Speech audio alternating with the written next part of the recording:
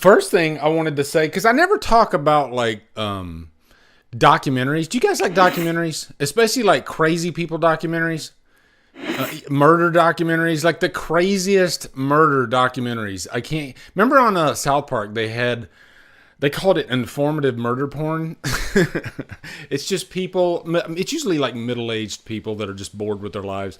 They need to watch freaking documentaries about murder.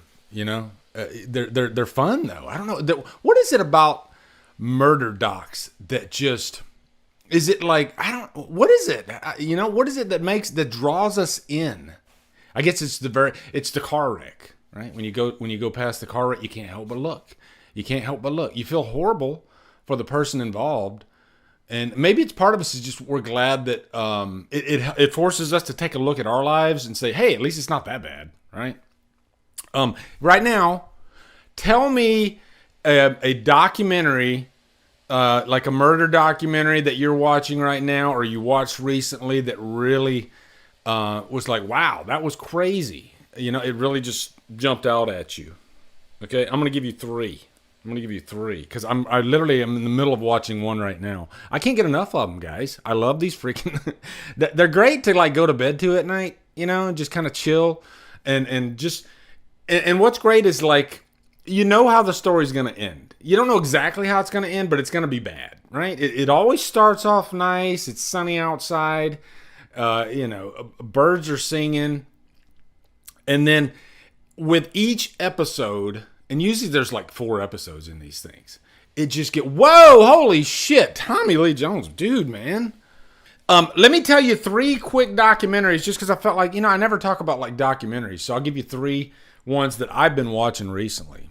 And one of them's like probably one of my all-time favorite documentaries of this type. Okay. The one that I'm watching right now is called, I wrote it down. Twin Flames. Yeah. There's a new one on Netflix called Twin Flames. And it's one of those like cultish type documentaries. And I think Twin Flames started on YouTube. And it's basically a matchmaking type deal, but it gets really ugly and turns into this cultish type environment. Because what they'll do is, it seems like they want the clients to find a match as soon as possible. And so they'll tell them to reach out to the last person they dated. Can you imagine, guys? Like, imagine the last person you dated, and imagine if that person was a nightmare. Like your worst freaking nightmare, and like the greatest thing you have ever done is gotten that person out of your life. Just imagine that. Now imagine you're in this Twin Flames cult, and they tell you, I need you to reach out to that person because that is your twin flame. And they just like lean into it, and even if it gets criminal, because there's a few cases in here where restraining orders were filed from the people that were on the receiving end of it, saying, hey, we're over. That's it. I don't want to date you anymore. Leave me alone. And you got this organization that you're a part of that's constantly forcing you to, you don't take no for an answer. So I think it's just people being lonely and having a sense of togetherness and feeling like they're a part of something.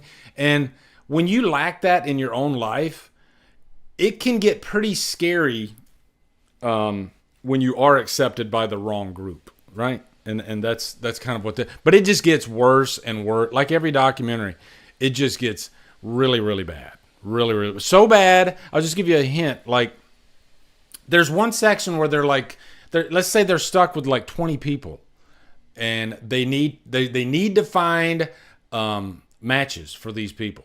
So they force them to match with each other. And the problem was most of them were women. And so they forced all the women to get with other women, but they forced one of them to call themselves a man, which was insanely. Imagine you have your whole life, you have existed in your mind as one specific gender. And imagine somebody telling you, for the purposes of this get together, A, you might not like this person, but you have to get with them anyway. And B, you have to change your gender. You are now the man or the woman. You know, it's just a freaking nightmare. And I can't stop watching. I can't stop watching. Jesus, it's crazy. The next one, I'll rip the Band-Aid off. This is probably my all-time favorite, like, murder documentary. Okay? It's called Don't Fuck with Cats. Have any of you heard of this documentary? It's been out for a few years now on Netflix. Don't Fuck with Cats. I think it's just Don't F with Cats. But this documentary was so enthralling that I watched it at least twice, maybe 3 times, because the story is absolutely insane. And it involves a troll. You know, it involves a troll. So I see Blade Brown says, heard of it, never watched it. Mike Cinema saw it. It was crazy, wasn't it, Mike? But yeah, it starts with this troll. He doesn't show his face. He sends these troll videos of him doing bad things to cats. Okay? Unliving cats. You know, I don't know, because I don't know if I can say the word on YouTube without getting in trouble. Okay? But cats are not breathing. All right? That's what he's doing. It's horrible. And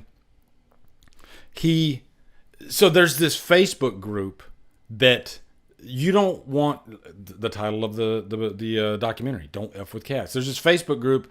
They see the video and they make it a mission to hunt down and find this guy.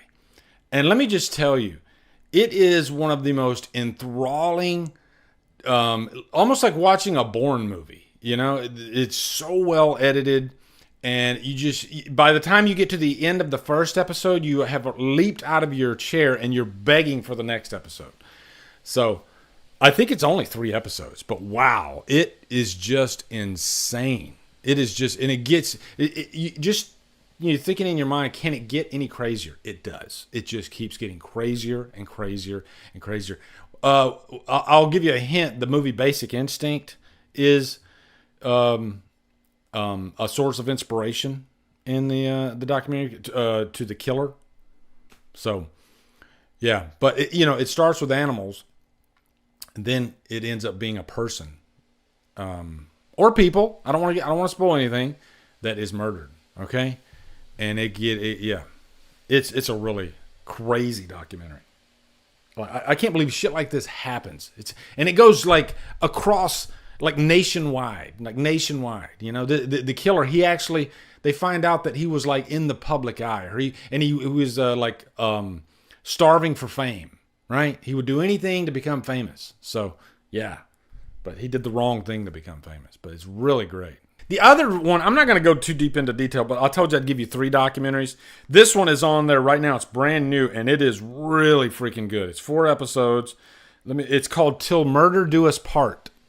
Till Murder Do Us Part, and Soaring, is it Soaring? Yeah, Soaring versus Haysom. And this was a case from 1985. And these 2 kids, he was 19, she was 23. And they were obsessed with each other. Like obsessed with each other. Young love when you're that, and you get the brand new relationship. And it got so bad that murder happened. Okay, that's all I'll say. But again, enthralling. I couldn't stop watching. All right, that one is also. It just came to Netflix. Okay, Till Murder Do Us Part. That's what it's called. What's up, guys? You are at the end of the DDLive clip. What I do is I like to clip these out if I think the topic is important or something that's newsworthy. So thank you for watching. And if you want to watch more, you can go over here. You can go over here, click on one of those. And hopefully I can do this for 20 seconds, which I think I did. Okay, so yeah, thanks for watching, guys.